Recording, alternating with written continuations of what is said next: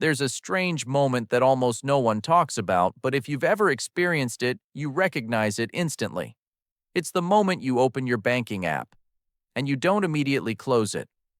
Not the quick glance followed by a panic exit as you've just touched something dangerous. Not that tight feeling in your chest as your brain starts calculating how many days are left until the next paycheck. You open the app, you look at the number, and something unexpected happens. You don't panic. You might even smile just a little. The kind of smile you have when you finally exhale after holding your breath for a long time. That feeling usually shows up alongside changes that are small but very real. You walk into the grocery store and put things in your cart without constantly adding and subtracting in your head.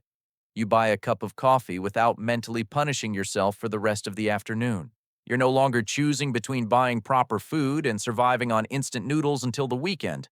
Not because you've become reckless with money, but because for the first time in a long while, small decisions no longer feel like life or death choices. If you rewind a few years or even just a few months, the feeling is completely different. Every time you checked your account, you flinched. You knew you should look, but you also knew you didn't want to face it. Money wasn't just a number, it was pressure, a constant reminder that one small problem could bring everything crashing down. An unexpected bill, a car repair, and an email from the bank were enough to ruin an entire week. Back then, your financial life had no breathing room, just stress stacked on top of stress. And then somehow that feeling fades. Not because you're suddenly rich. You don't wake up in a luxury home. You haven't reached what people like to call financial freedom. You still go to work. You still worry about the future. You still carry responsibilities. But something has clearly changed. And the big question is, what it's not. Because you have $1 million in your account. It's not because you crossed into six-figure income territory. It's not because you discovered some secret investment strategy no one else knows. In fact, the milestone that creates this shift sounds so ordinary that most people would laugh if you said it out loud. It's just $20,000. 20,000. Not enough to retire, not enough to impress anyone, but enough to do something incredibly important, force your brain to stop playing the survival game. This isn't about having more money. It's about your brain starting to play a different game. And this isn't a story about getting rich. It's a story about the moment you stop feeling desperate. Before you reach that point, most people's financial lives operate in a very different state, even if few ever put a name to it. It's the state of living from one paycheck to the next, where every decision, big or small, is distorted by a single underlying feeling, fear. Not always a sharp, panicked fear, but a low-grade, constant pressure that makes you feel like you're walking on thin ice. You don't ask, "What's best for me?" You ask, "What's the least bad option right now?" The goal isn't to move forward. It's to avoid slipping.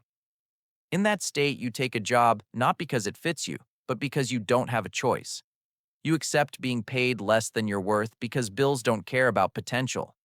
You stay in a toxic work environment, putting up with bad managers, exhausted coworkers, and meaningless work, not because you don't see the problem, but because you're afraid of adding more risk. Quitting feels like a life or death gamble. Changing careers sounds like a privilege meant for someone else, not you. Even the most ordinary decisions take on a defensive tone. You buy the cheapest option, not the most durable one. You delay repairs because it's not completely broken yet. You avoid opening your banking app because every glance forces you to confront the reality that you have very little room for error. Life in this state is a chain of reactions. A problem appears, you put out the fire. A bill arrives, and you scramble. There's no space to stop and ask whether you're even heading in the right direction. What's important to understand is that this isn't a moral failure. It's not because you lack discipline, willpower, or intelligence. This is a biological and psychological response.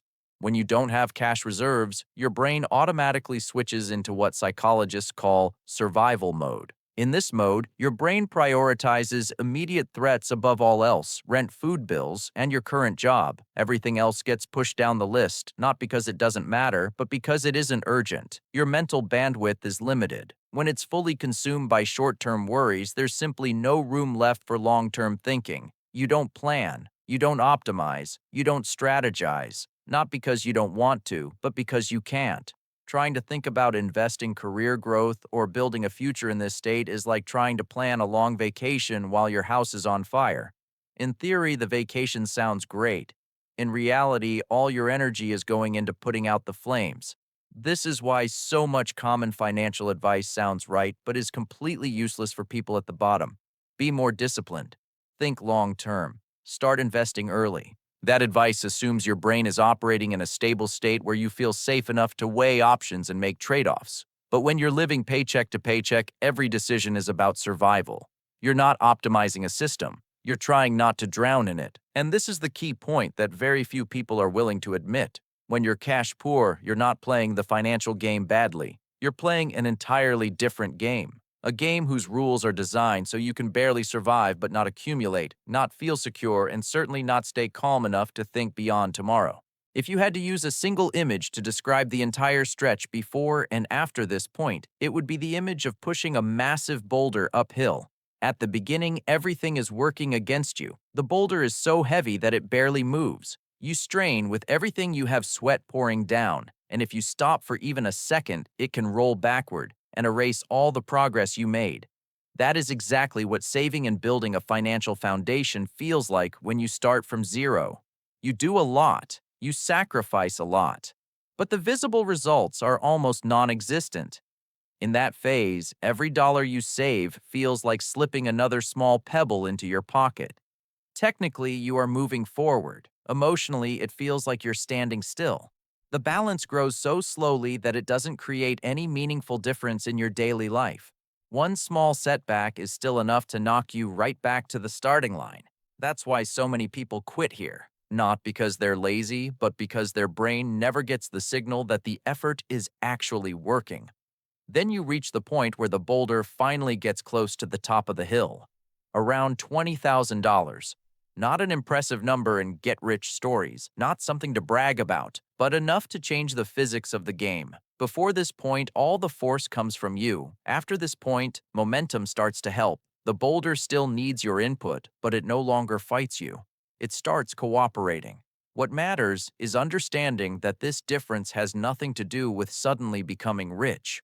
$20,000 doesn't turn you into a millionaire. It doesn't buy luxury. What it buys is silence, the silence of the alarms in your head. When you have 3 to 6 months of living expenses, protected, your brain finally stops treating every small problem as a survival threat. An unexpected bill is no longer a catastrophe. A slightly lower income month no longer sends you into panic. This is when the emergency fund starts doing its real job.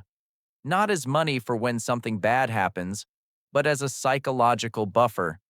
It tells your brain we're safe, at least for now. And when your brain receives that signal of safety, it does something it couldn't do before. It starts to think. That's the difference between having money to hold and having money to think with. Before this point, any extra cash is just money waiting to be consumed by the next emergency.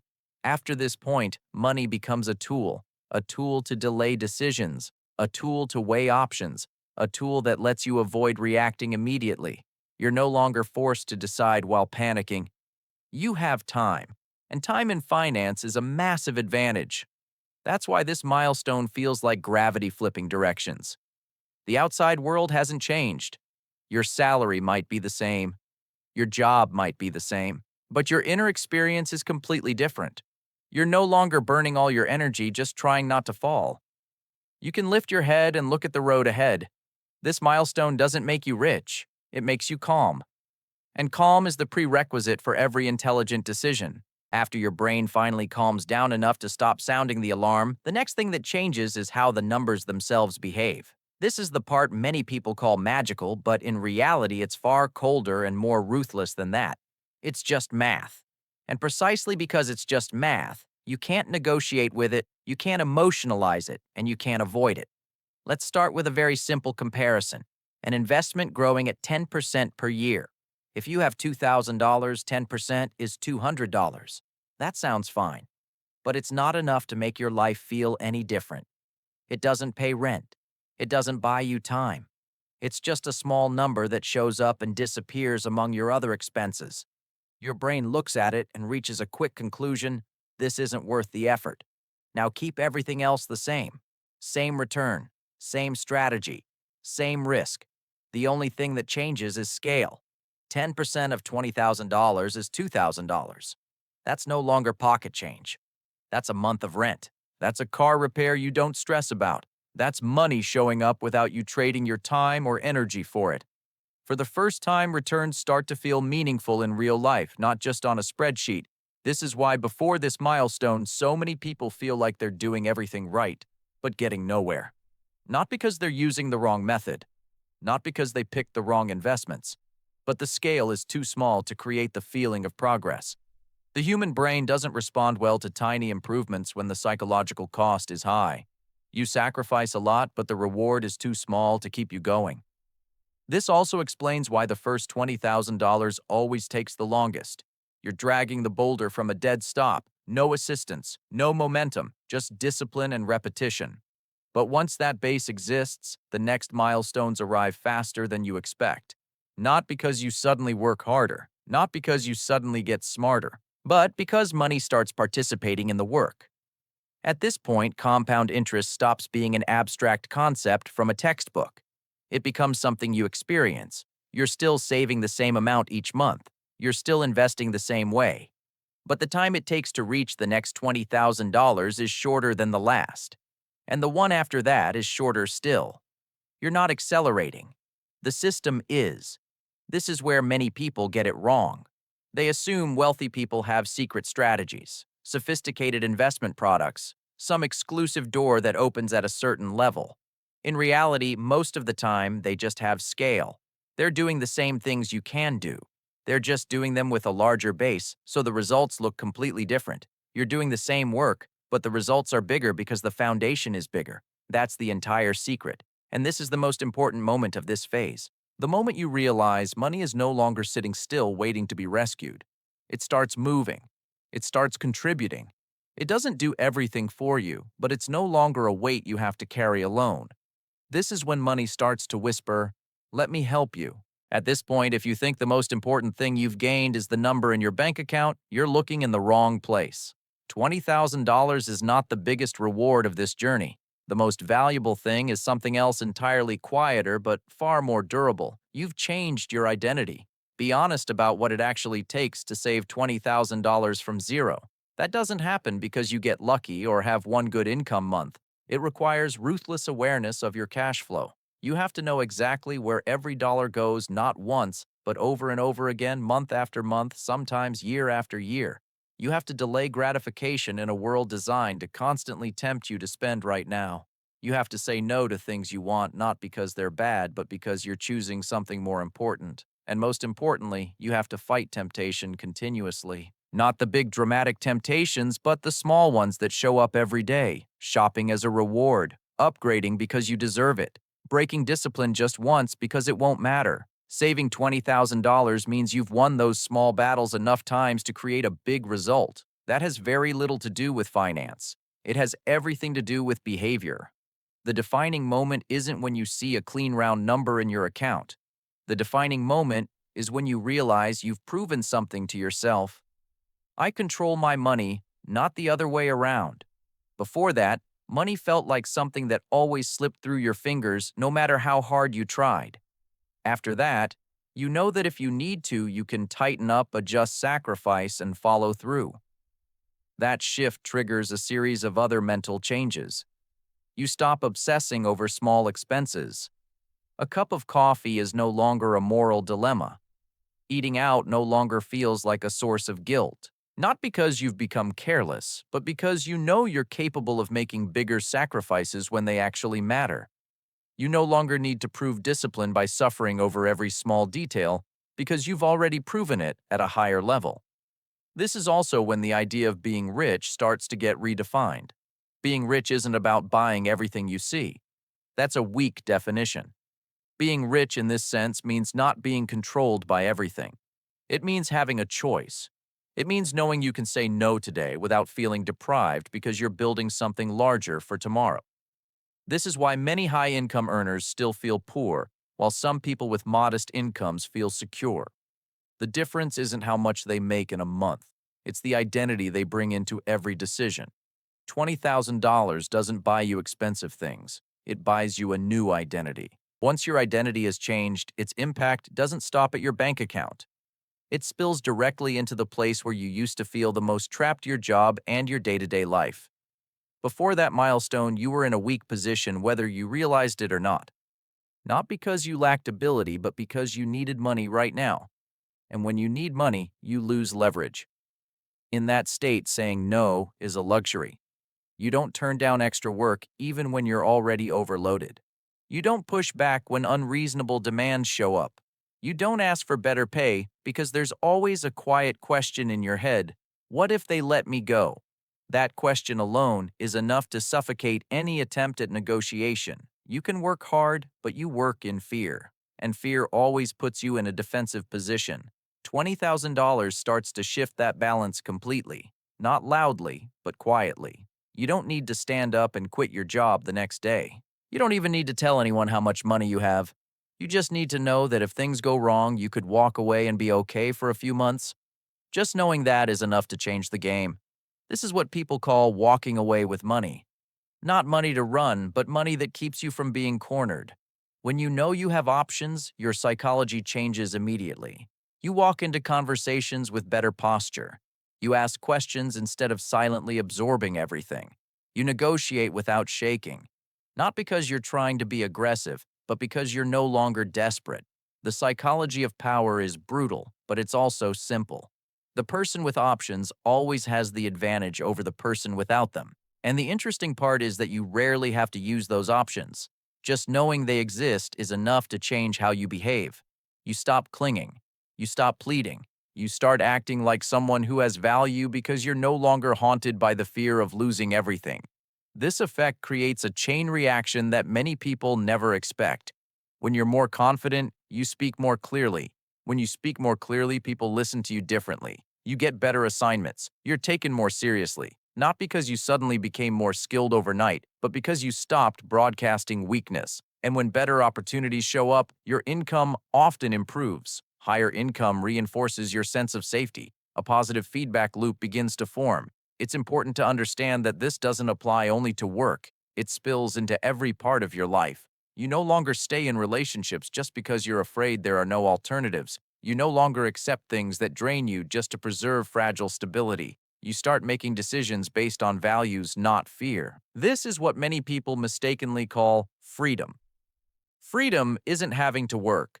Freedom is not being forced to accept something simply because you have no way out. $20,000 doesn't buy you the right to quit immediately. What it buys you isn't quitting. It's no longer being afraid of being trapped. And this is where a serious warning is needed, because a lot of people make it to this point only to turn right back around. The most common mistake happens right after you feel that first wave of relief. You look at the $20,000 and your brain whispers, finally, you deserve to enjoy this.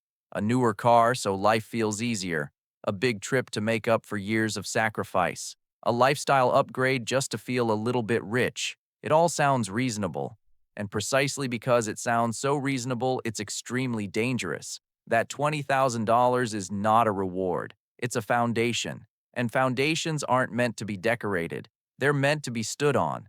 When you treat it like a reward, you start pulling bricks out of the very thing that just gave you stability. Everything might feel fine for a while until one day you realize you're right back where you started, except this time you know you once escaped. Take cars as an example because there's almost no expense that shows financial self-sabotage more clearly. Over a lifetime, between payments, insurance, maintenance, and fuel, the average person can easily spend hundreds of thousands of dollars just getting from point A to point B. That same money invested consistently could buy real financial independence. Instead, it gets burned month after month, traded for short-term satisfaction and long-term pressure. This is where your thinking has to change. When you're facing a big decision, the question is no longer, what's the monthly payment? That's the question the system wants you to ask, because it hides the real cost. The better question is, what's the opportunity cost? A $30,000 car isn't just $30,000. It's that money plus everything it could have become over the next 10 or 20 years if you hadn't spent it. An expensive vacation isn't just a fun week. It's a delay on your future freedom. And here's the irony very few people notice. The person driving the older, unimpressive car is often the one sleeping better at night, not because they don't like nice things, but because they bought something far more valuable: peace of mind. Meanwhile, the person driving the shiny new car often carries an invisible weight because every passing month comes with another obligation. That $20,000 won't change your life overnight. You'll still go to work tomorrow morning. You'll still face the same problems, but it changes the trajectory of your life in a way you often don't fully understand until years later. The difference between surviving and designing your life isn't talent, it's the foundation. And that foundation starts with a very unremarkable number: